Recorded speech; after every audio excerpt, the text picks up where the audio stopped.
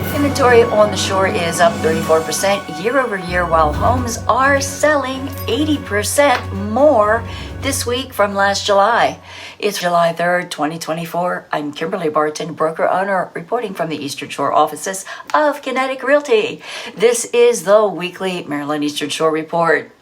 The median list price rose 5.1% from last year to $399,000, and buyer activity on the shore remains steady this report. 4 counties are enjoying moderate buyer activity: Queen Anne's, Cecil, Caroline, and Wicomico. Dorchester, Talbot, and Worcester are steady.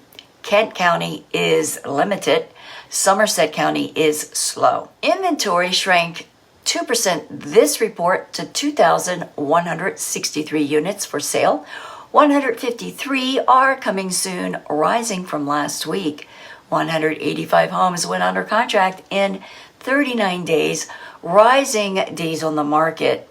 207 homes settled at 97.6% list to sold ratio, with days before contract clocking in at 23 days. Homes for lease remain at 133 this week and at a median $2,100 per month. That's your weekly wrap for this week's Maryland Eastern Shore report for July 3rd, 2025.